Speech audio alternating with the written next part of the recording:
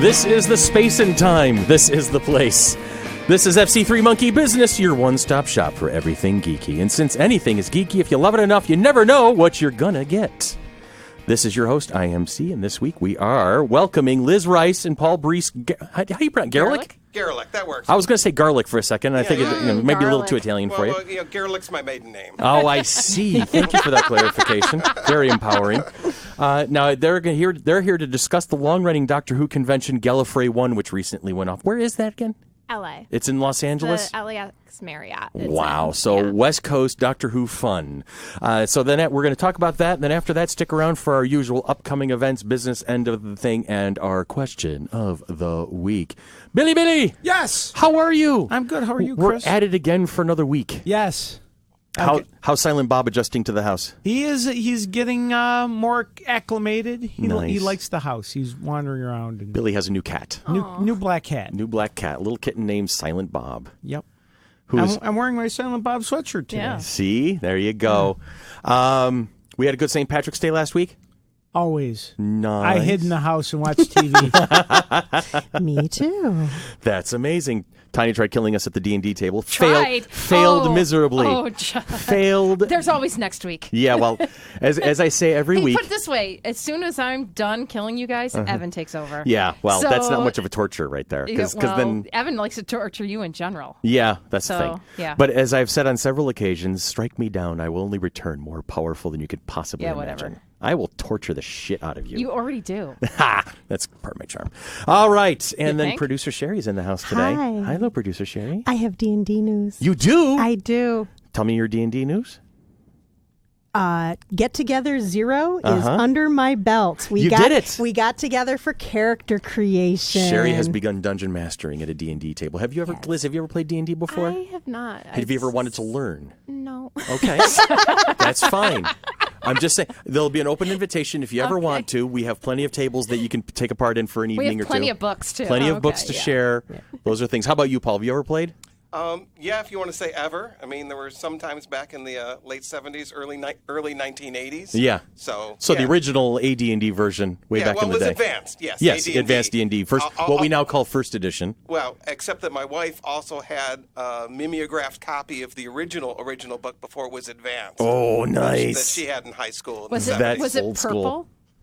It was Mimeograph. mimeograph. Yeah. So purple. The purple ditto Yeah. machine? Yeah, probably. Yeah. I think so. That's outstanding. But so I have my players. Mm-hmm. They have created their characters. What's Monk playing? Monk is playing A monk. Come on, tell me half, she's playing a monk. She's playing a half-elf paladin. No, she missed an We opportunity have no there. monks. We have no monks. Okay. But and I gave them all homework. Yeah.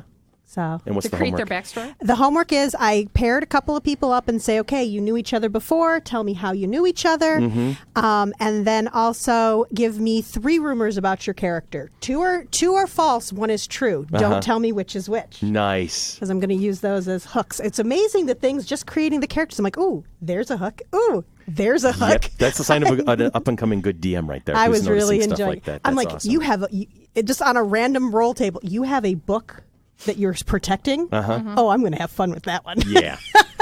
or a random encounter Uh-huh. going back traveling from one place to another.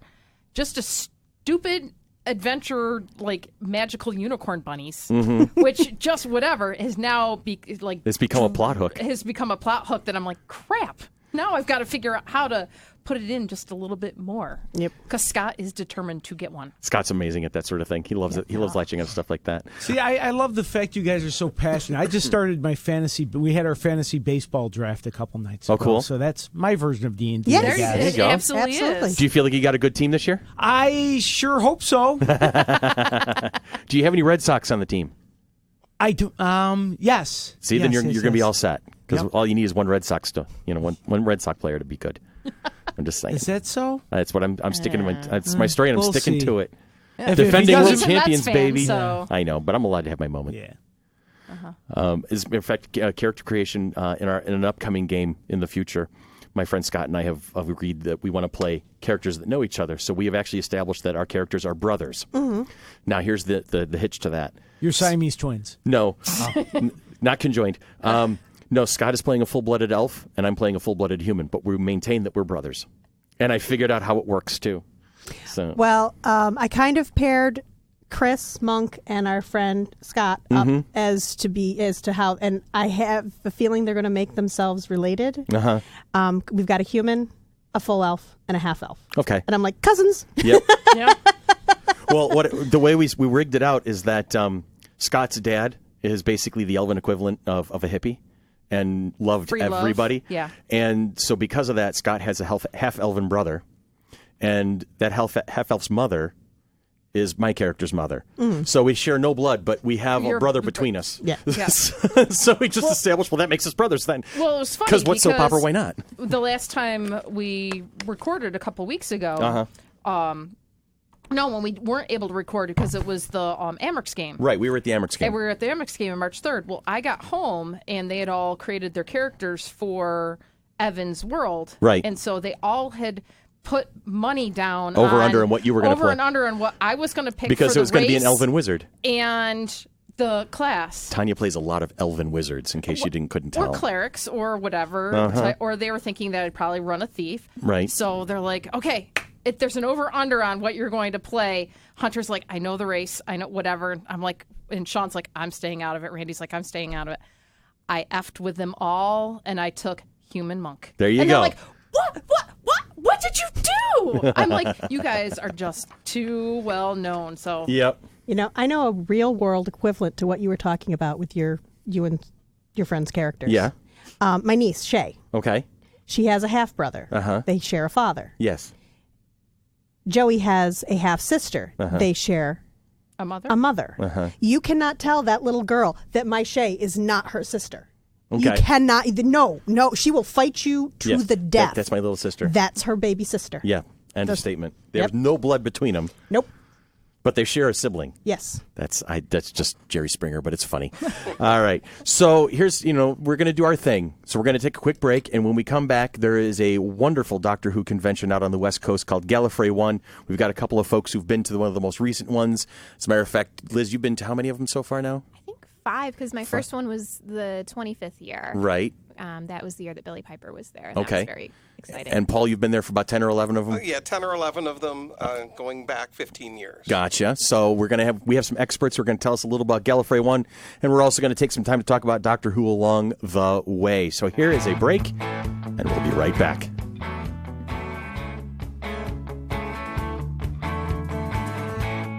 This is actually No, it's not. Wow. Yeah. Ego. No, it's wishful thinking. Wow. Rocking it out over there. Seriously. I don't think this music is meant to be headbanged. Oh, to. you have not been a Whovian for that long then. Come on. No, I was a headbanger. I think the one that would be best for that is when they did like the electric guitar cover. Yes. In that one. Yeah, one Peter Capaldi. Yes. That was an That was awesome one. awesome. And he That played was- the guitar for it, too. That you can That was him. headbang to. Yes. Gallifrey One is an annual North American science fiction convention focusing primarily on the British television series Doctor Who and all of its spin-offs, Torchwood, K9, and the Sarah Jane Adventures. With an additional emphasis on British and American science fiction television media held each February in Los Angeles, the city of Weeping Angels. The event bills itself as the largest and longest-running annual Doctor Who convention in the world, and they would be correct. Sponsored by Gallifrey One Conventions and the Institute for Specialized Literature, ISL Incorporated, a California not-for-profit organization. Gallifrey One has been held every year since 1990 in greater Los Angeles area and has featured guests from a variety of genre television programs, including Babylon 5, Star Trek, Alien Nation, Andromeda, Buffy the Vampire Slayer, and Battlestar Galactica. No, I'm sorry. Battlestar Galactica. I can't believe you're even able to say that. My brain works in different ways. Anyway. No kidding. While most of us here at FC3 Monkey Business are longtime Doctor Who fans, when we wanted to talk about Gallifrey One, we looked to the biggest fans we knew who also had attended the convention. So welcome to the show, Liz Rice and Paul Breese-Garelick. Hi, guys. Thank you. I'm so excited you're here today. There's all sorts of mandatory questions that I get to ask because I get prepared notes from a producer who sits to my right and wants me to read her script. Don't look at me in that tone of voice. Wow, it's going to be one of those days. Yeah. But I just want to let you know that I asked you all those questions, and it was really, really boring, so I chose... Oh, wait a minute. That was the... Never mind. I came back in time. No, that was They didn't bad. like them? They didn't like them very much. I already looked ahead. So, Fine. No, Then I'm kidding. say whatever you want. Oh, He and was if- trying to make a Doctor Who joke and if whatever. I said whatever I want, Stimulating. whatever I said, if I ever said what I want, everybody in the room would be beating on me at the you moment. would have to push the button a lot more times Yeah. if he said whatever he wanted. Get the Spreaker button out. It's going for overtime. All right. We got to stop calling it the Spreaker button. We're not in Spreaker anymore, is it? No, it's the explicit button. Explicit button. Explicit button. Because Just call it what it is. Because we're now Censor on. button. We're now on Transistor. Yes, that's right. The censor button. The censor button. No, because then that gives me a whole censor's reading, Captain. Anyway, so how was it this year? Let's start with the basics. Did you guys have a good time? What was the convention like this year? Oh, yeah, I always have a great time because they always have such great guests. I think there was one guest in particular they were trying to get this year, but it didn't work out. But they got Catherine Tate and John Barrowman. Oh, nice. They're big headliners this year. Pearl Mackey was supposed to be there, but she got another job, so she couldn't come. Okay. John Barrowman is basically a party waiting to happen. Oh, yeah. Oh, my God. It's just, you need a party, Yeah. just add John Barrowman. Yeah. He's on my wish list, Dan, just saying that, anyway. Yeah, it was his second time at Galifrey One. I was Okay. there for his first Galifrey One as well.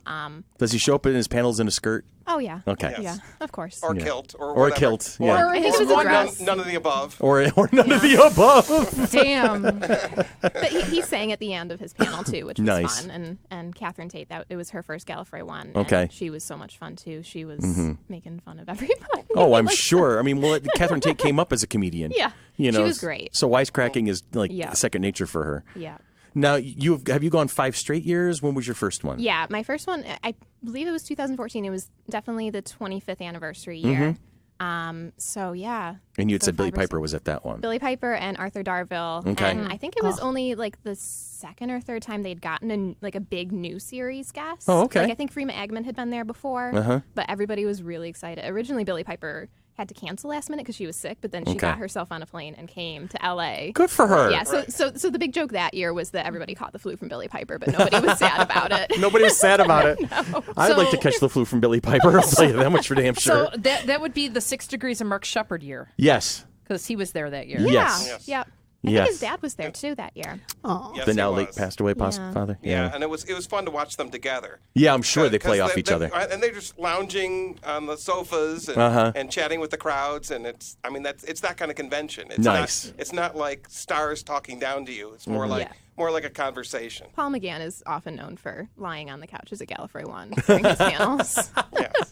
He does that. I love Paul McGann. I'm telling you. Nice. He's I love one of the him. most underrated guys to have played the Doctor. Yeah. Because I've he had listened- just little video experience with a Dan, visual he's on experience. my wish list. Yeah, no, mine too. He's good. I think I read technically he's like one of the longest serving doctors because of the audios Yeah. that he's Right. done though. Yes. Because he's done those Because for of the so Big many Finish. years. Yeah. Yeah. Yeah, which are a lot of fun. And it was the biggest gap between him and Christopher Eccleston. So. Yeah, and he was very happy to come back and do his regeneration. Oh, Yes. yeah. scene. Yeah. For the 50th For the anniversary. 50th, That right. was a great little vignette. It was. I absolutely Oh had a my blast God. watching that Yeah, one. I think one year they actually had the girl, I can't remember her name, but the quote unquote companion for Yeah. that episode. They came. Cass. She came, yes, Cass. And she talked about how she went out, I think she said it was like for her birthday and she was getting drinks and she woke up the next morning. She's like, did I say something to somebody about the episode? And so she had to call them, and that's why it got released a bit earlier than they thought it was going to. She got drunk But it and worked out let because loose. it worked out because it got released on Paul McGann's birthday, I think. Right. So Right. Yeah. I remember when I was watching it, and I had not known it was him. Mm-hmm. I managed to nobody stay in the knew. dark, Yeah. and all of a sudden, I'm a doctor, just not the one you expected. And I'm like, yay! So I actually leapt off of the couch. My poor ex-wife, she was like, what the hell is happening right now? She had no clue why I was so excited. I know, that was so great because like they had other mini-sodes leading up to that, and I was Mm-hmm. like, oh, these are interesting, but whatever. But then like, because you hear his voice, because a lot of people mostly know him now From his the audio. voice from the audios, Yeah. and it was just like, Yeah. Now, Paul, standard kind of guest question for this, because now we're on the topic of Doctor Who at the moment, and your history is actually marvelously longer than mine with the show, and you're one of the few people who can say that. Well, I would have started watching somewhere 1974, 1975. Right. On WXXI here in Yep. Rochester, was broadcast at 6 p.m. Right.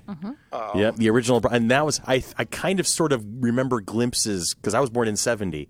So I remember about being 5 or 6 years old, seeing glimpses of a John Pertwee episode, but it never really locked in until I ended up seeing a Tom Baker episode a couple years later. Sure. And then, fast forward to 1978 when I go off to Syracuse University, Uh-huh. and one of the first people I meet is this young gal, also a freshman at Syracuse, living diagonally across the hall from me.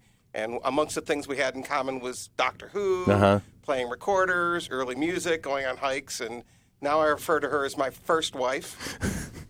Of course, we've been married now for like 35 years. Yes. Still on your first wife, I see. Yeah. Well, she likes that better than primary wife. And that's for Chris, Sherry's husband. So Yeah. who's my other wife? There's a story there, and I don't want to ask. And then you're also Lana's little sister. That's correct. Okay. We have weird relationships. Hey, friends are weird for that way. Because our president is in the room today. Dan is in 2 weeks in a row now. We've gotten him into the studio. Wow. One of these days, How'd we might that get him on happen? microphone. But Dan and I will often It's tell a Doctor people. Who thing. Yeah. Time travel. Weird time travel thing. Yeah. Dan and I will often introduce ourselves to people as brothers. And then they look at each other. Then we'll say half brothers, and then we'll say different parents. So Yeah. that's a thing. Yeah, but in terms of Galifrey One, the first time that Deb and I went out to it was for their 15th, which would be 15 years ago, or 2004. And part of the reason we went out was not just for the Doctor Who guests, but they had a bunch of Blake's 7 Oh, guests, cool. Which is a classic British series also. right, from some of the same vintage from the 60s and 70s. Yeah. But one of the people we really wanted to meet was Paul Darrow. Okay.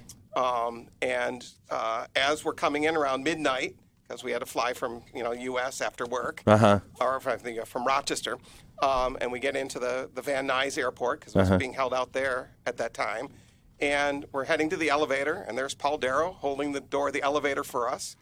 We go up to the same floor. He holds the elevator door so we can get our luggage out. Yeah. We walk down the hallway. We are diagonally across from him in a hallway, so he holds our door to the hotel room so we can roll our luggage in. That's funny. amazing. That's one of my favorite parts about Galifrey One is because a lot of the guests will stay at the Marriott Right. as well as the people So who you are get a chance to attending. interact with them. Yeah, so last Galifrey One, not this year's, but last year, Stephen Moffat was a guest, which was like the most entertaining thing because one, he had a panel in which he was no longer working for the BBC. He could say whatever he wanted. And so there were people who were like mean to him at the panel and were like, why are all your female characters the same? And he's like, okay, listen, he got to say whatever he wanted That's and great. he wasn't going to get in trouble. But so Sunday morning, I was dressed as Missy Yeah. because I do all the cosplay thing. And I'm waiting for the elevators, waiting. The doors open up. It's just Stephen Moffat. And he says, hi, Missy. I'm like, hey. Did you say hi, Dad? Because, he created the character.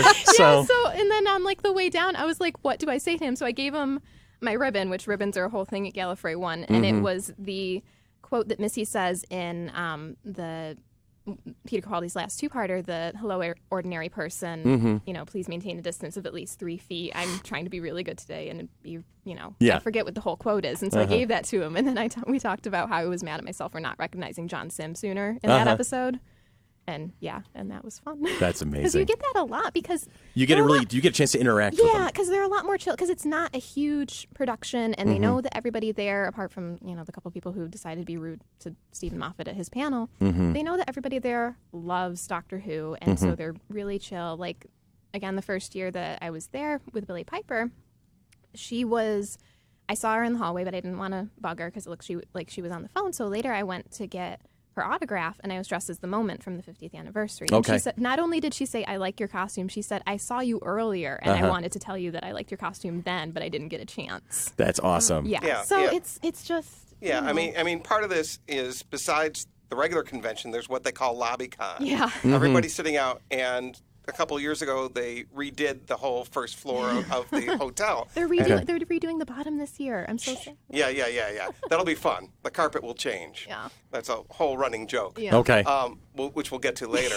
I saw a little bit Yeah, yeah. about the carpet Yeah. at the Marriott. But the literal written rules are that you cannot ask a guest for a autograph. You cannot ask to take their picture, and you shouldn't take their picture outside of The convention autograph itself. lands. Right. Because they get, they charge you, $10 to $50 or whatever for autographs. But I'm assuming if you pictures. see them in the lobby and you want to interact with them, you can feel free to do so. Absolutely. You say hi, you have drinks. I mean, people like Fraser Hines is just hanging. Fraser Hines is right up there with John Barrowman as a party in a can. And he just hangs out in the bar in the lobby, which is now all big one big space, and people just hang out and whether it's writers or producers or whoever, So if they show up in the lobby, that's basically saying, "Come interact with me. I'm here. I'm out in the open on purpose." Right.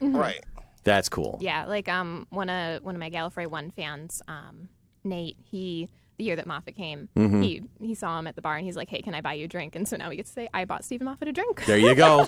There it is. Now, my question is, did John Barrowman do commando down the... You're obsessed. Well, every video I see of him in a hotel, he is crawling from one place to the other with his shorts around his ankles, and all you see are his ass cheeks going through there. So I'm sorry. Inquiring minds need to know. I think he said he didn't because he was staying at his own house because he just drove in. Oh, he just drove in. Okay. He lives, somewhat nearby, and so he But said truly, he did not do every that. hotel that he goes to that has a John Barrowman naked story. And Okay. if you follow him on Facebook, you are going to see his ass go down Back the and hallway forth. several times. And Tanya does not find this at all upsetting. Not for There's him. a lot. Here's the thing. The first follow-up comment in my head was a lot of women don't find that upsetting, but then I realized it's John Barrowman. Then it's anyone.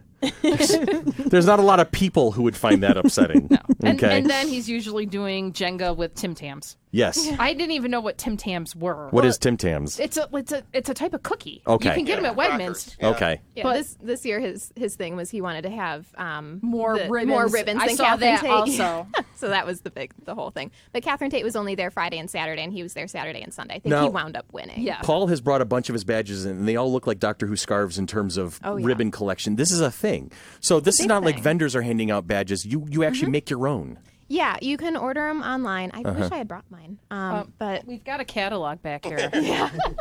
you can order them online, and it's really neat because Ribbons Galore, which is where I usually get mine, they actually have like they caught on that this was a thing. They actually have Doctor Who clip art that you can use now, cool. like a little TARDIS or the Doctors or whatever else. And so you print them. Usually, sometimes they're just pictures. Sometimes, a lot of times they're just like quotes from the show. One of my favorites this year was they had the print of the basement carpet at the Marriott, and it said "My Happy Place." Oh, goody. And it was really, really sweet. That's and cute. There's some really, interesting ribbons because sometimes people just trade ribbons for ribbons or they'll give them out. Some people do games like there's this one group of people that I know that they hide little like blue tufts of yarn around the convention. If you find one and then find them, you can show them that you found it and they'll give you a ribbon it says I found a TARDIS tuft or something like that. Yeah. Okay. So they try to have other games going on, so people can interact all the time and just, wander around. So yeah, like it's a nice icebreaker because they've got meetups specifically to trade these ribbons. That's kind of cool. Love Yeah. that idea. That is a great idea. It's a lot of fun. I know that idea. Dan's been looking for ribbons for a couple years. Yeah, we've had a couple I of should them. bring some of mine this year. So now we have like some place to like some idea of how to utilize Yeah. them. Yeah. Yeah, I mean, because they do use some, like, when I did their costume contest, I had a ribbon that I had to put, like, on the side of my badge so that they knew that I was okay to go into the green room. Right. But, yeah, mostly they're just for fun. And, you get mostly Doctor Who ones, but, like, I have one that was a Broadchurch ribbon because, there's now a growing number of people who are in Broadchurch and Doctor Who. Yeah, that's like the ultimate crossover right now. I had a DuckTales ribbon this year because David Tennant and Yeah. Catherine Tate are both Yeah. in DuckTales. Sorry. Yeah, Sherlock ribbons, sometimes Supernatural. Just there were Kilgrave ribbons the year that Jessica Jones came out. Because I'm hoping they were all purple too. Oh yeah. Okay. It said Kilgrave told me to come here. There it is. Yeah. There it That's is. awesome. That was just a disturbing role. It was so good. It was so good. I hope they find a way to stick them in the last series. Somehow. We'll see. We'll see what I happens. really find it very disturbing when actors that I really, really like play somebody really, really disturbing. I know. Every time Alan Tudyk does it, I'm like, ugh.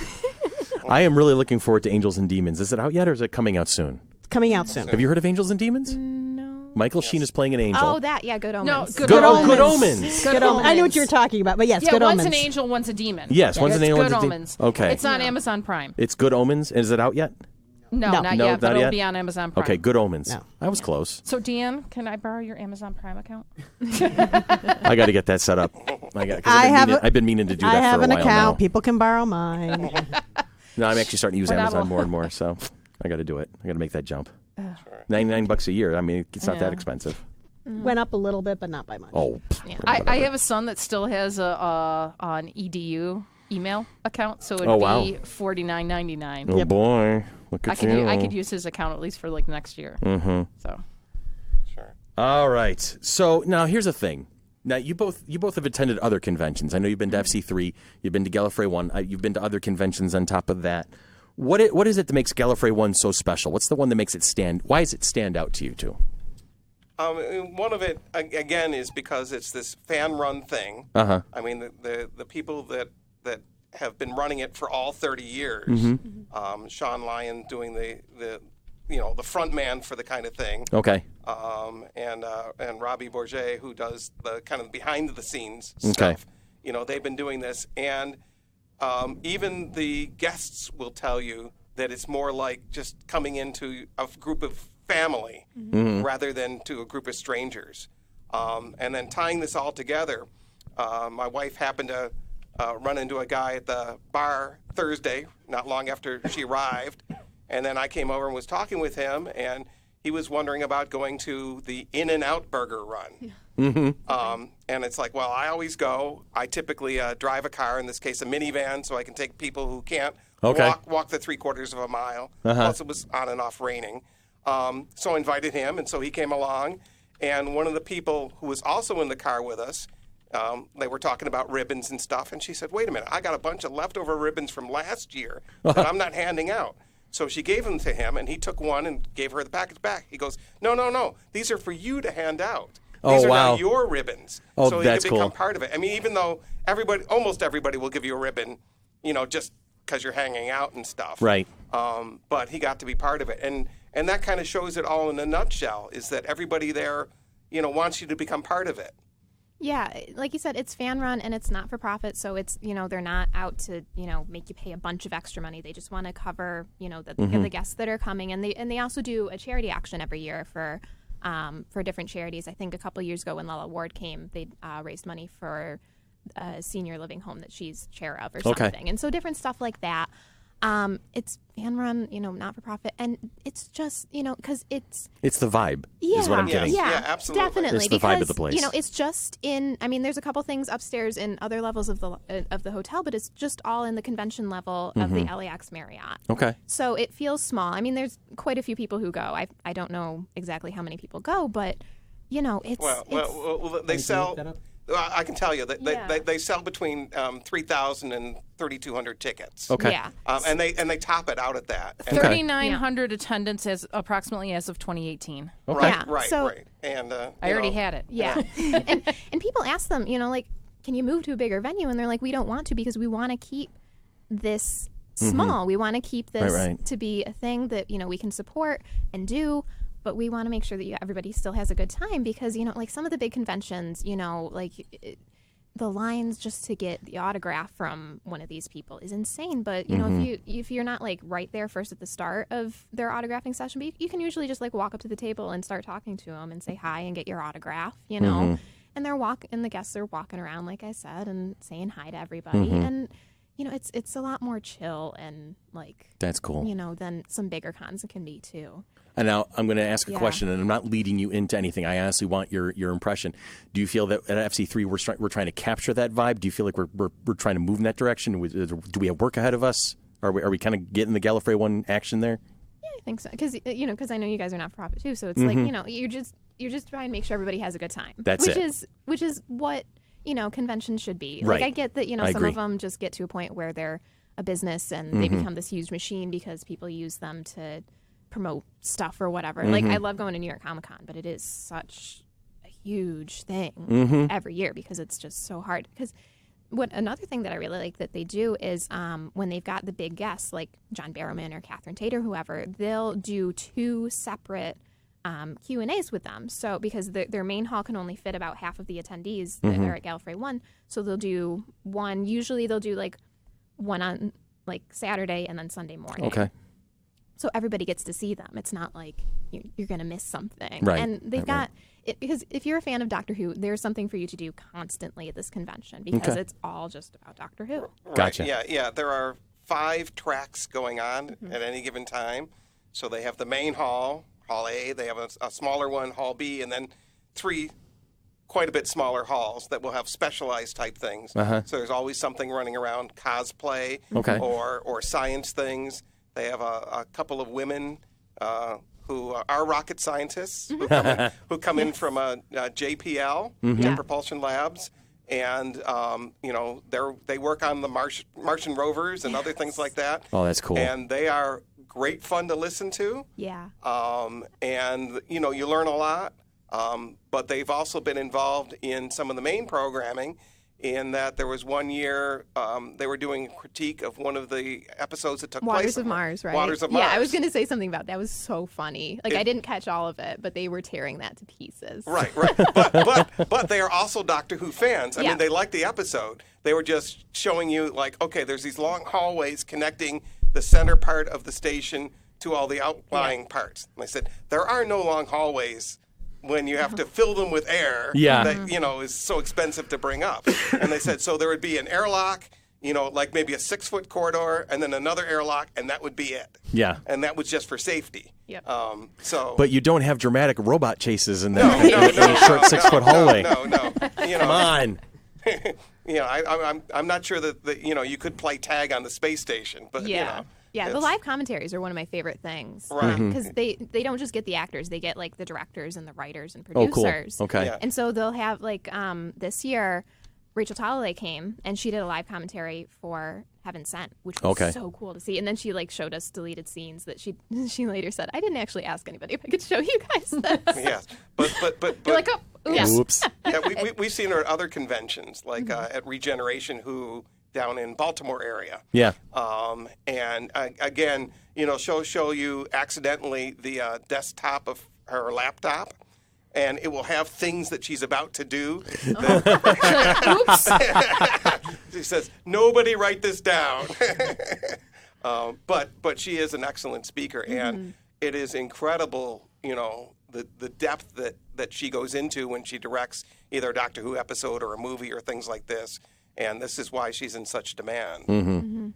Well, I'm looking back at, I'm on Wikipedia, and I'm just looking back at all the titles of every year Next of year. Galifrey One. The 31 flavors 31 of flavors of yes. Galifrey One. Yeah. So it's like Nice. I'm 28 years later Yeah. play on Yeah, the, 28 days later. 17th and a half century. they have Blackjack 21, 20 to Life, the 18th Amendment of Galifrey One, 15 Minutes of Fame. Nice. Okay, so each year has its own Yes. subtitle. The Six Wives of Galifrey One, The Seventh Seal, Galifrey One Across the Eighth Dimension, The 9 Lives of Galifrey One. It must be one of Billy's cats. Thank you. But yeah, I'm just like looking at it. I'm like, these are hysterical. Yeah. That it's like the 26 seasons of Galifrey One. They've got the right idea. Yes. I really do. I think these guys have got the right idea. Now, Liz, you and I have been talking about me heading out to Galifrey One next year with you. And because I don't go to my shame, I don't go to a lot of other conventions, and I really need to change that up. I know Dan and I are talking about maybe going to New York this year.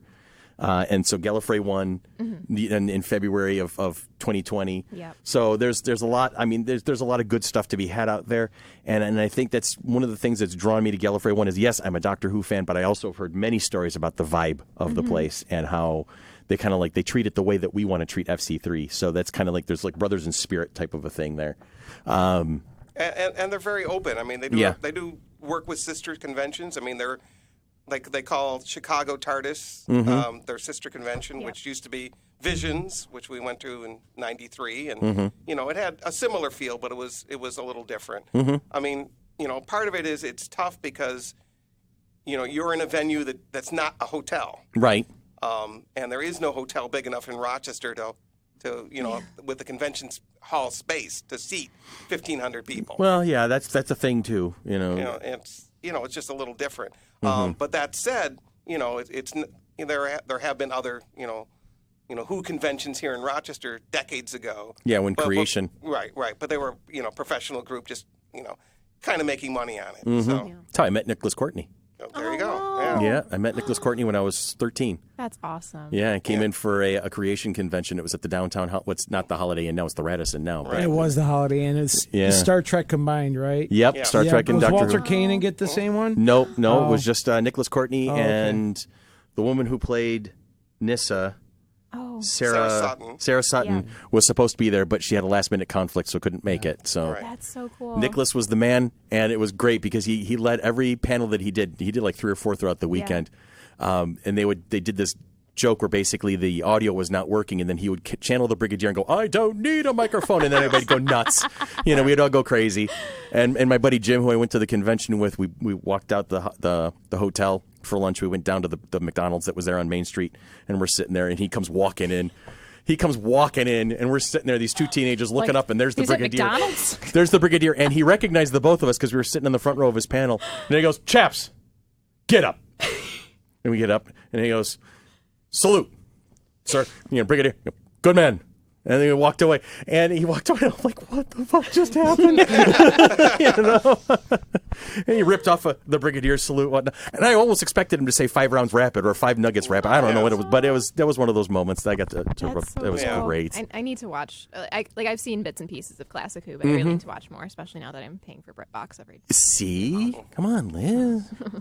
Got to get on the ball. No, I'm kidding. I'm just going to bust your chops because I think it's amazing. I always try to watch something like from guests who are going to be there every year. When I do the haven't Doctor seen Who it panel before. at FC3 and you show up, I always know that my ability to know Doctor Who trivia has just been dwarfed big time.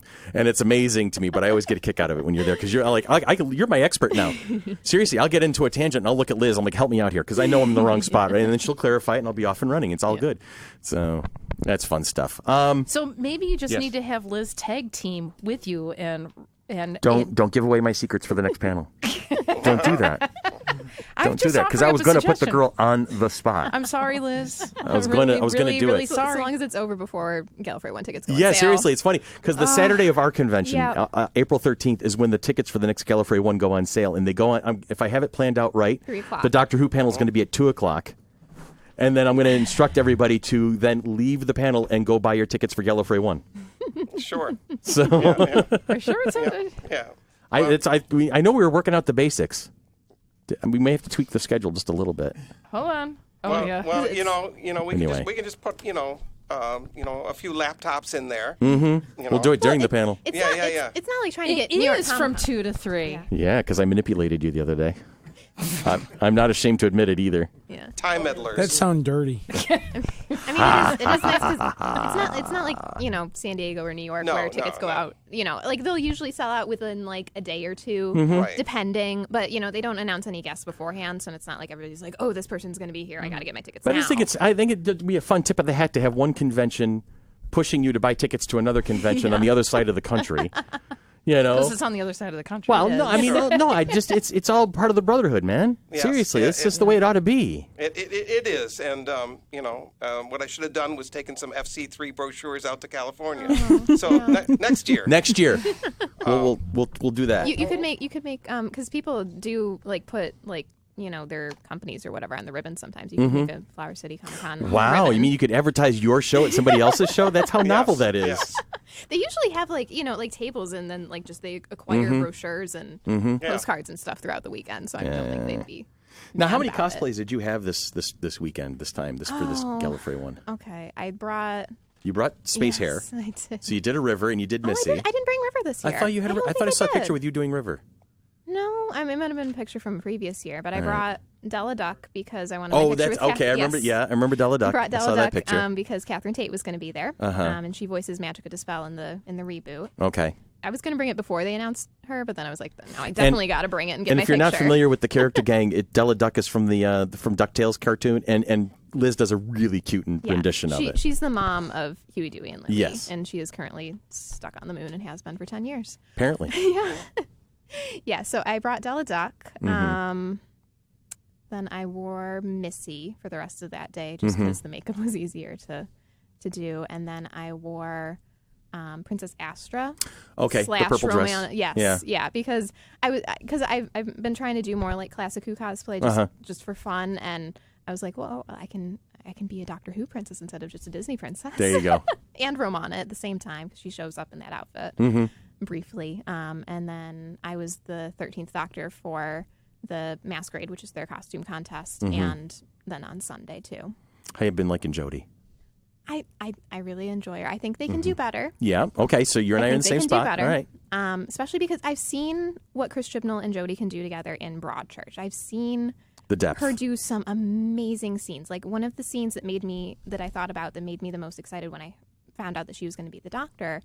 I won't do any spoilers because it is a very spoiler heavy thing. But the last scene that she's in of the second season of Broadchurch, where basically the person who killed her son was on trial and was found out guilty, and they're basically, excommunicating him from the town. And the scene where she just is so angry but so sure of herself. Like, she's crying, but she's also like, I know that I'm right. Because, and I was like, oh, that's, that's the scene that made me excited as Doctor. I haven't seen that yet. Like, I feel like they've kind of softened the 13th Doctor a bit because she's a woman, just to get people used to her, which I didn't like. I'm like, let her be angry, let her be super smart. They played it safe. Yeah, that's what I'm getting the feeling of. They really, and that was kind of a comment we made about Captain Marvel too. Is they played it safe. They showed the potential. They gave you a taste of what's possible, but they didn't give you that character off the leash just yet. Yeah, because you see a bit of her anger in like Rosa and her, and a bit of it in Resolution, but I'm like, this is the Doctor. Don't, because there were a couple moments too where like her and Yaz would come to the same conclusion at the same time. And I'm not saying that the companions can't be smart, but the Doctor should be smarter. Yeah. It's like the Doctor should have gotten, whatever the like she should have thought of the using the she'd have been 5 steps ahead sooner. Yeah. I mean, about literally a couple of months earlier, you were a cranky white-haired Scotsman, as you so aptly put it. And that guy was very sharp. Yes, in many ways.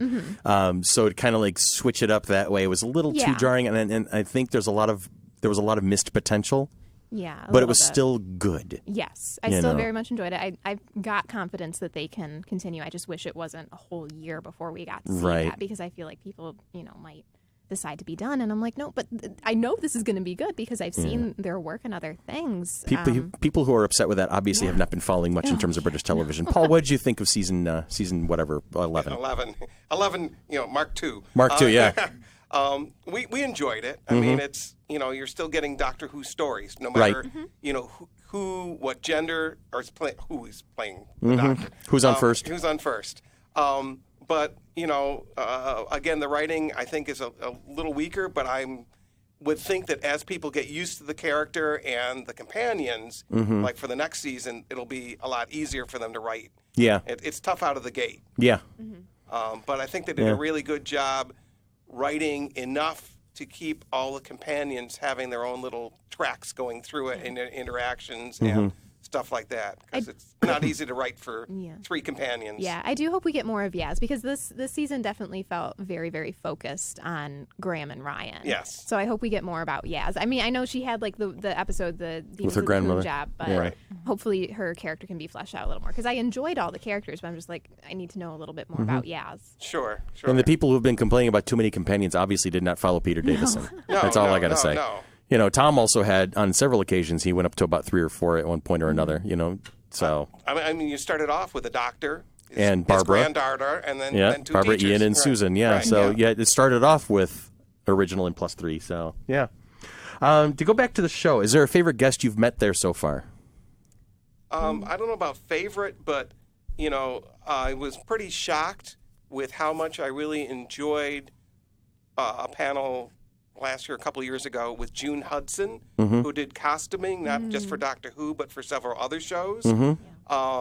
And she was just incredible. I mean, talking about how you had to, again, work with the directors, with the writers, and then, she goes away and does a little sketch in pencil of a shape. And then they say, yeah, that's the kind of thing we want. And then she does, color from based on that. And then you see, she has a big album she drags around with all these things, and it includes swatches of the fabrics that were used to make the costumes. Oh, wow. So As a should you- cosplayer, I would love to get my hands on something like that. well, I mean, just to look at it, but to hear her talk about this, and then you see this, little woman, whatever she is, in her 70s or 80s, and sitting there, and it's just it was fun. Mm-hmm. And now, obviously, having all the other guests, or the people who play the monsters, or the people that have been inside Daleks, or John Leeson, who does the voice of K9. Yeah. He was so much fun. Yeah, and they're all lots of fun, and particularly when they're interacting with each other up in front of all of us. I don't even want to use the word on stage, but it's because again, it's just a group of people chatting, and it's also amazing how sharp they remember. In this particular episode, we were out filming at this location, and we went out to this pub, and things like that come into it. So, it's as they say, it's hard to pick a favorite episode. It's hard to pick a favorite, person there. But it's the, It's the way that they handle it. right. Yeah. Absolutely. If I have to pick two of my favorites, definitely Michelle Gomez Okay. was a delight. Yeah. Is she just as unhinged in person as she is on screen? And- Yes. Yes. Or, Oh or, yes. Or more. If Or not more so? If not more. So Missy is a more reserved version of Michelle Gomez. More Yes. or less. Great. It definitely seems like that because she is just. You've seen her in Sabrina, right? Yeah. She is nuts. Did I ever tell you my favorite scene with Missy was when they were on Scarrow, and she makes the one Dalek start to self-destruct or explode, and she Yes. immediately pins Claire against the wall and buries her head. Just and the wee was just as soon as she did, I'm like that. Oh my God, I loved that. That was like my favorite scene of all time. Yeah. Yes. She was a riot. I It just showed how blissfully off the leash the character is. Right. Yeah, on because one of the weird quirks about Galifrey One is there's no video recording allowed at all in any of the Okay. panel rooms, which is why you Anymore. don't anymore. Sometimes for a couple years they were like They don't do anything in house either for their own purposes. no, Okay. no. The cameras are just for the for Okay. the big screen. Live feeds. Right? Yeah. But so like the year before, I think they really cracked down on that because you were still allowed to post like snippets up until a certain point. I do have a video on YouTube of Michelle Gomez. I don't know how old the little girl was, but she was on the younger side. Asked what was it like to kiss Peter Capaldi to Michelle Gomez, and just her response was like. She talked about how like they were in the same college and she would see him sometimes like at the pubs and whatever, and so she was like, I was very excited when I was contractually obliged to pin him against the wall and snog him. And she's just so hilarious, and they had her do her panel with Ingrid Oliver. Okay. And at one point somebody offered them jelly babies and they came over to like to get one, and like she kind of mimed pushing Ingrid off the stage, and she was like, "What?" So she was a lot of fun, and then Stephen Moffat was just so much fun, especially because he was done. So he's off the leash. Doing the show. Yes, exactly. Exactly. He had no F's left to give at that point. No, not a care in the world. Yeah, because like there was one girl, like I said, who came up and was like, "Why are all your female characters named?" He's like, "How is Osgood like Vastra? How is Missy like Clara? And then there was somebody else who was like, who was like upset with him for how he wrote the first Doctor in Twice Upon a Time. She's like, why did you make him, say those things? Da, da, da, da, da. And like, how dare you do that? Verity Newman wouldn't have been happy with you. He's like, I knew Verity. She would have found it hilarious. Yes. So that was just so much fun getting to hear him just like talk and. I remember him talking about it, and I saw. I mean, I did not feel that the first Doctor in the Twice Upon a whatever, I can't remember the name, Twice Upon a Time. Yeah. I did not feel it was an fully 100% accurate rendition of what William Hartnell played. However, I understood what he was trying to do on a social commentary level. He was saying, look at the era embodied in a character. Yeah. Don't look at the character. I get it. It's not full-on accurate representation, but it's a representation of the era that it came from. Exactly. Relating to the era that we're handing off to, because we all know it's coming. Yeah. We hadn't announced that the next Doctor was a woman, but they telegraphed it. Yeah, because Stephen Moffat, he said he didn't know who was going to be cast, but he knew from talking to Chris Chibnall that it was going to be a woman. It was going to be a woman. And because I think a lot of the stuff a lot of the comments he made were like kind of like micro things that aren't like horrific. in a way, but it's like, okay, let's discuss this, and it worked. But this one girl was very upset, and he shut her down, and it was beautiful. There's going to be one in every crowd. Yeah, it's like, you just got to learn how to. I couldn't believe that somebody would do that, like at a panel. Oh, I was like, are you kidding me? In this day and age, are you kidding me? They got booed. I'm sure. I'm sure. Which was And in great. this day and age, that's just going to happen. And then just other guests that I thought were great that they got. Like, they got John Hurt one year. Oh, cool. The year before he passed, John Hurt was a guest. Oh, that's Love great. John Hurt. And Oh, he was just a great guy. Just a great human being. He was great. They've gotten a ton of the companions, and just, they get a doctor almost every year. Do we know who's coming next year yet? No, like I said, they don't announce any guests before they put tickets on sale.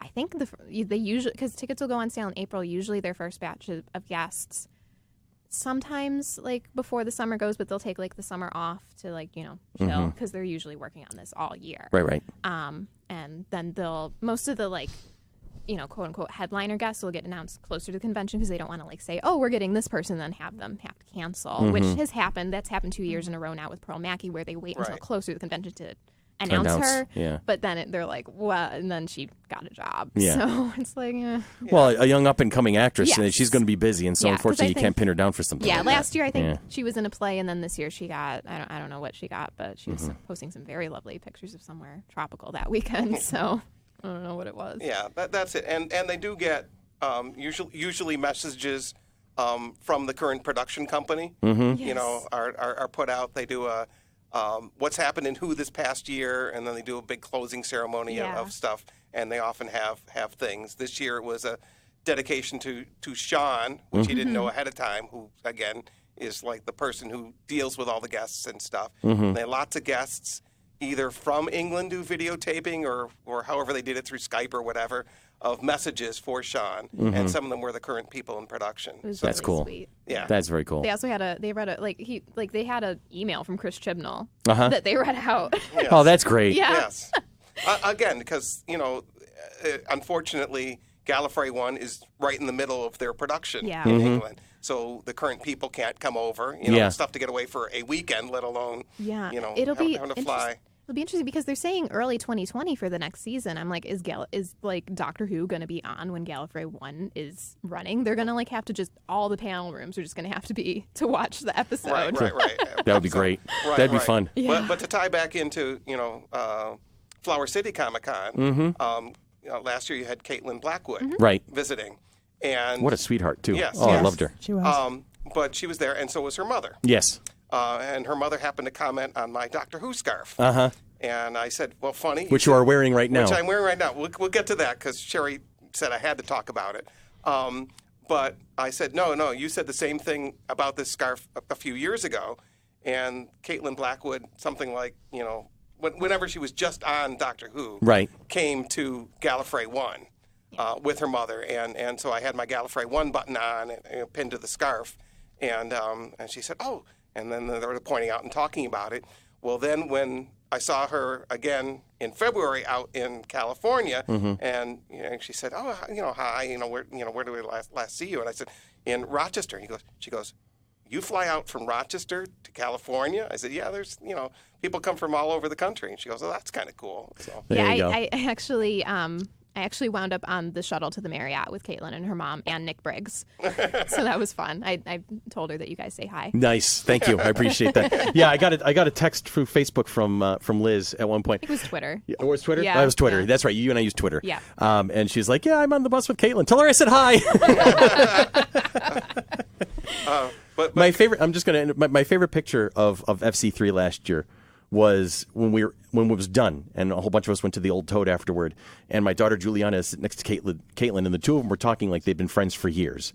And then they kind of cuddled up to each other to get a picture together, and it's like my favorite picture of the entire weekend is my daughter and Caitlin become best friends. Mine's at that Niagara one? That Falls. one, yes, that one right Aw. there. That's very sweet. I'm sorry, I missed that. I was in Niagara Falls Yes, I know, with a Power Ranger. with a Power Ranger. Having dinner with a Power Ranger. Because we can say things like that, in our, That's Yep. amazing. So anyway, you were saying. yeah. So- So yeah, they just Paul get, was talking about his Yeah. scarf. Oh, yeah, okay. Like, I care Oh, about yes. Paul's scarf right now. I want to talk to Liz. No, I'm kidding. I'm kidding. there are two of them here. yeah. Two Liz's? Wait, what? I'm confused. Yeah. Time joke. have we been here before, or are we yet to come? This has all happened before, and now we're jumping into Battlestar Galactica at this point. Yes, Okay. yeah. Carry on. Okay. That's a whole nother British show. So again, back in around 1979, 1980 at Syracuse University, we had gotten we had a group called Shaw 5 Who from our dorm. Okay. Who used to watch Doctor Who in my dorm room, which I shared with Doug Embledge, who never got into Doctor Who. Everybody else would show up and he would leave and go to dinner. Anyway, they had a pattern for how to knit a scarf. And so I said, okay, I'll learn to knit, and I'll learn to knit a scarf. And so we went off and bought a bunch of yarn, and I had one of my friends teach me how to cast on. And so for the next several months, I was knitting a scarf and going back and forth on a bus from Rochester to Syracuse. And the bus driver and several of the other people who were regularly on it, were comparing how long it was by how many rows of seats it covered. And I got to this 18-foot, give or take, length. And I'm off with my, fiancée at the time in Columbia, Missouri. And we had to go to the public library there to get out a book on knitting to learn how to cast off. Because otherwise... That's fantastic. Otherwise, it would be like 36 feet long. You had no idea how to stop. Exactly. Yes. That's why I said he had to tell the story, because it's one of my favorite stories about Paul. But people admire it, and it's not authentic colors. Yeah. But still. But it looks like the colors we saw on American television in the 1970s and 80s, because when they converted from PAL, which was the format in England, to NTSC in the U.S., color shifted. And again, we all had these analog color televisions that, the color wasn't that great anyway. So you were based on what you saw. Based on what I saw. And so other people who remember it from that era said, oh, I had a scarf kind of like that. Or this year at Galifrey One, had one person who said, oh, their mother had knitted one sometime around that same time frame. And he said, yeah, they got the pattern from their public broadcasting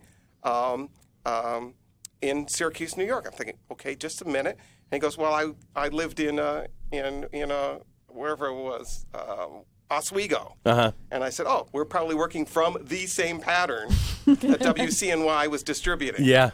That's funny. Yeah, That's great. I don't have it with me, but I do have. I'll show you a picture of my scarf that I knit. I actually use it as like a Fourth Doctor Ray crossover costume. Okay. Because I was trying to figure out what to do with it, because I knitted it because I was just like, I just want to say that I that's so knit cool. a Fourth Doctor scarf, and it was so long. I'm like, I can do the wrap like Ray does from the first movie, and that's what I did. So I basically knit the scarf, and then I took some Goodwill finds and took the sleeves off, so it's a whole Fourth Doctor thing. But nice. That's cool. I think the first year that I wore that to Galley too, there was somebody who was dressed as the 10th Doctor, but Ray. And that was fun too. That's you did interesting. A lot of crossover cosplay. That's a thing. Yeah. Oh, it's so much fun. Show imagination at its best right there. Well, my wife's scarf she got at the auction during one of the Doctor Who's, and it happened to be modeled by Janet Fielding. Oh, cool. who happened to play Tegan. Yeah. The Australian. The mouth on legs. Do you want to say while you're laughing, Sherry? Do you remember when I gave you a bottle of ice cider? Yes. And I said it was made by Paul's son-in-law. Yeah. Paul's daughter, who Dave is married to, his name is Tegan. And she's not Tegan in the Tweeds, which is a local band. No. All right. But after Janet Fielding. Janet Fielding has signed a couple different autographs for my daughter and says, from the real Tegan. and she has also hit me for one of my cosplays because I've gone as John Nathan Turner. Okay. The Hawaiian shirt will give it away. Yes. Nice. The Hawaiian shirt, the big hair, and the beard, and the sunglasses on. There you go. So, all right. Well, we're going to have to wrap up at this point, but I want to have you guys back to talk about Doctor Who again because that's just my favorite thing. That's my bag. But I love having you in the studio, and I appreciate your help with us today. That's great. See you all at 2 o'clock on Saturday, April 13th. Yes. That's it. So we're going to go to break, and when we come back, we'll do some business.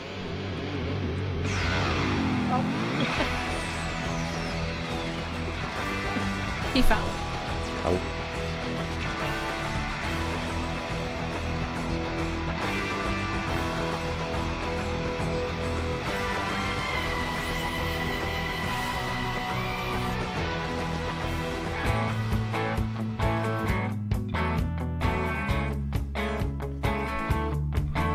See, and that entire segment is proof that when you get me talking about Doctor Who, I can go for literally 58 minutes, apparently, and not even break stride. I could have gone for another hour. So, hey, we got events coming up, and it's coming up pretty darn fast. Kick off 2019 FC3 weekend with a party and a nerdlesque show with some of your favorite characters appearing on stage. There will be raffles, trivia, and nerdy burlesque to fill the evening. That is going to be on Friday the 12th at the Firehouse Saloon on Clinton Avenue South. Tickets are $8, general admission pre-sale with a $25 VIP, and that includes a seat up front, complimentary bottle of champagne, and a surprise. Tickets are going to be $10 at the door if you show up, but you're going to get a $2 discount if you bring your FC3 pass with you. Also, that weekend is the big show itself. Number 4, Flower City Comic-Con, April 13th and 14th at the Blue Cross Arena. Our top guests of honor, Yellow Power Rangers Tracy Lynn Cruz, Nakia Burrise, and Karen Ashley. Wrestler Hacksaw Jim Duggan, actor Michael Bean, and a comic artist Rusty Gilligan. Courtesy of Broken Icon Comics, we're also bringing comic artist Rob Dumo, Nick Wetland, and Tristan Kelly. And when you add in local artists Caitlin Yarsky, Nigel Carrington, and Ken Wheaton, we got ourselves a full weekend. And featuring at the Doctor Who panel will be Liz Rice as the Beaver. Anyway. I think she's going to be missing. Yeah, she's Miss. What do you? I don't know. You're not sure who she's bringing yet? Oh, River? I don't know. Well, because I don't want to.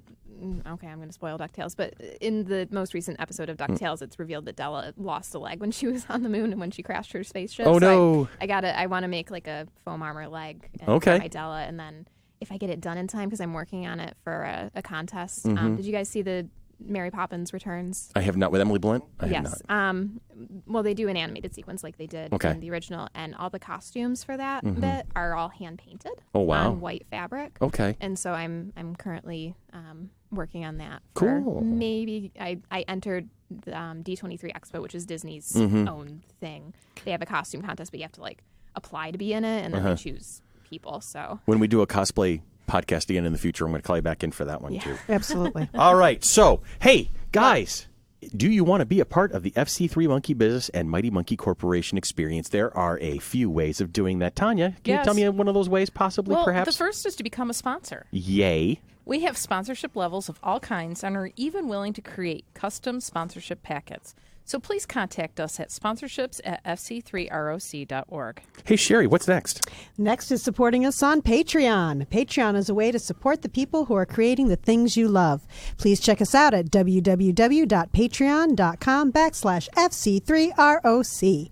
All membership levels will include access to the patron-only blog, plus tons of great perks at all levels. Special shout-outs to our See No Evil tier patrons, James Irish, Jen Bevan, And our very own Tanya Metris. Hey, Billy. Yes. What's next? Want to help others find the show? Please leave us a review wherever you listen to us. You can find us on Apple Podcasts, Google Play, iHeartRadio, Podbean, iHeartRadio, YouTube, iHeartRadio, Stitcher, iHeartRadio, Transistor, and iHeartRadio. Is there a place where you can guess where I work? Is there a place where you can find your podcasts and you can't iHeartRadio? And is there a place where you find your podcast and you can't find FC3 Monkey Business? Please let us know. Hey, Billy? Yeah. Could you find us on iHeartRadio? I can, yeah. Okay. Yes. Just checking. And look. You have to look. All right. And we always conclude every week with our question of the week. And this one's going to... follow us on Twitter, too? Follow us on Twitter. Follow us on Twitter. Yeah. FC3 MB Podcast. Oh, and if you do... Please say hi. Because we Hi. love it when you say hi. Hi. or if I send you guys Idiot's Lantern videos. There you go. That's Which one. is the the comedy troupe that does Doctor Who Right. sketch comedy. Yeah. Loved it, Friday loved night. it, loved it, loved it. Right. That I was saw it. that one. Was that the Dead You know, Rory I sketch? could Yes. kind of Yes. giggle at that one Yeah. because I'd already seen the Monty Python one. Yeah. So that one made a little more sense to me this time than the She's Monty hopeless. Python's Flying Circus. She but is seriously hopeless over here, I got to tell you. If you want a really good one, my favorite sketch that they did is they did one where the 12th Doctor brought Kylo Ren to the caves on Dagobah to meet Darth Vader, but like it starts out as like little Anakin and then like broody Anakin. And like they start, and so they're doing. The 12th Doctor's like, okay, anger management, and they bring out these cardboard cutouts of Obi-Wan and Darth Vader. Han Solo, Uh-huh. and they start hitting them with pool noodles. I got to see Nice. this one now. It's Nice. so funny. All And right. this year they did one that was Inside Out, but with the doctors. Oh, God. It's really funny. Nice. Hey, Paul, Yes, sir. if there was an action figure of you, what 2 accessories would it come with? Oh, it would certainly come with a scarf Uh-huh. and a book of puns. And a book of Oh puns. boy. Yes. So yes, he thinks he's punny. Oh.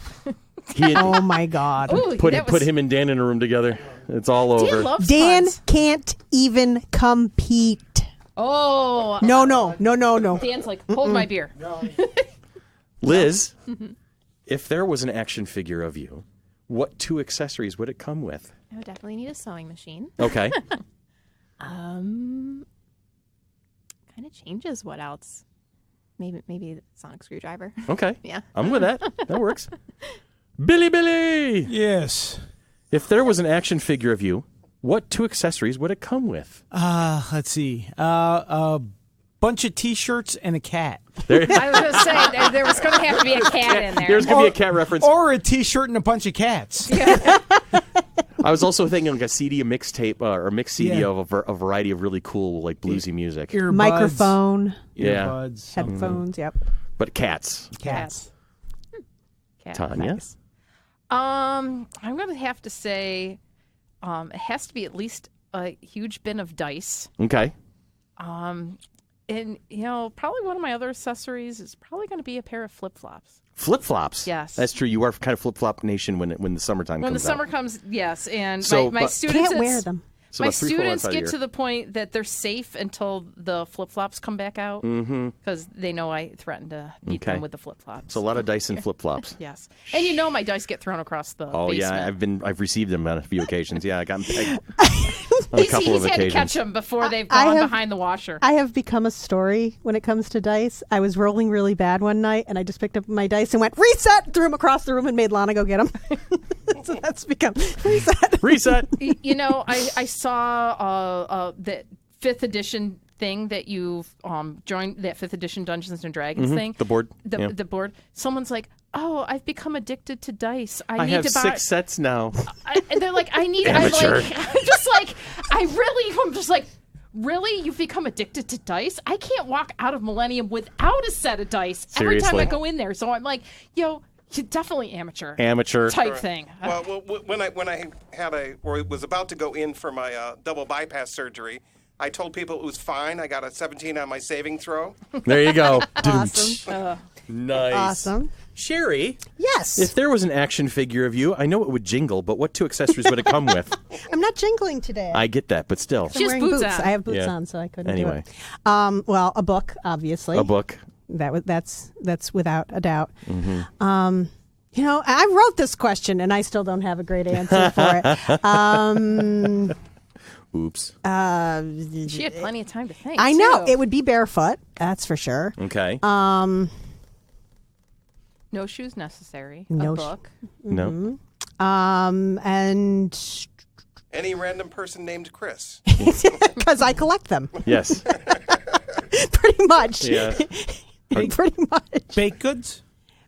Cupcakes. Cupcakes. So there you go. Cupcakes And in a I'm book. sorry. I know I haven't baked for you That's guys. okay. in That's all right. My weeks. diabetic numbers, thank you. Yes, seriously.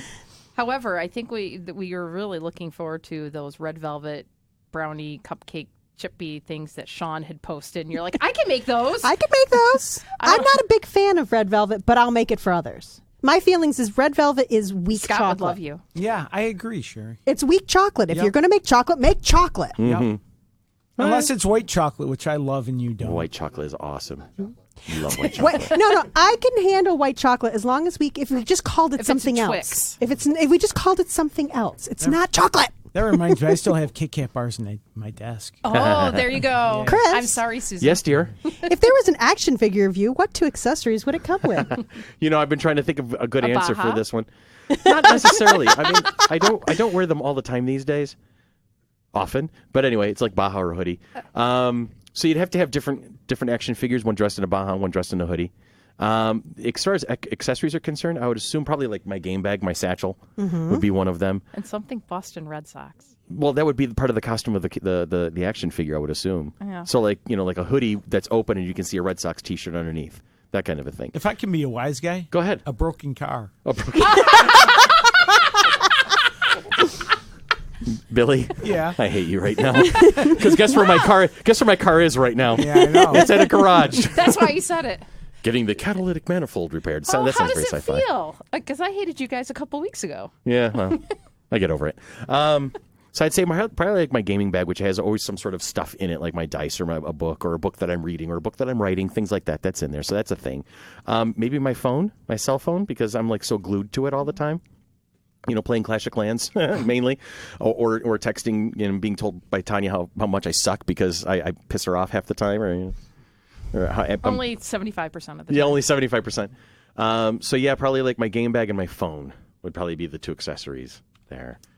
Oh, Daniel, if you were an action figure, what two accessories would you have? Yeah, no, let me answer the question for him. One of them would be probably his running shoes, and his Space Coast marathon medallions.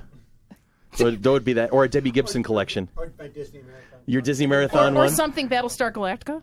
That's something. No, he'd be wearing a Debbie Gibson T-shirt as part of the costume. That would be a thing. Because he's been a diehard fan since we were in high school. Oh, he's so excited every time I send him Debbie Gibson it's awesome. clips from my that's the evolution radio. of fandom right there, because she's stayed relatively relevant. She stayed in the eye of a lot of folks. And he's hung with her the entire time. There was never even a dip where he was like, stop talking about Debbie. I can't talk about her anymore. No, he's always like, he's been the dedicated fan all along, so you got to respect that. So with that being said, there should be a certain kind of corny little piece going on at that moment. Hold on. We're getting there. And there it is. And this has been Monkey Business, a product of the Mighty Monkey Corporation, purveyors and producers of the Flower City Comic Con, coming at you like a spider monkey, April's 13th and 14th at the Blue Cross Arena. Like us on Facebook, like us on Twitter, follow us on Instagram, follow us wherever we go, and we will lead you to where the entertainment is. I love that mantra. I'm getting used to that particular phrase. It's going to be a thing from here on in. You guys have a great week, and we'll see you next Wednesday. Dun, dun.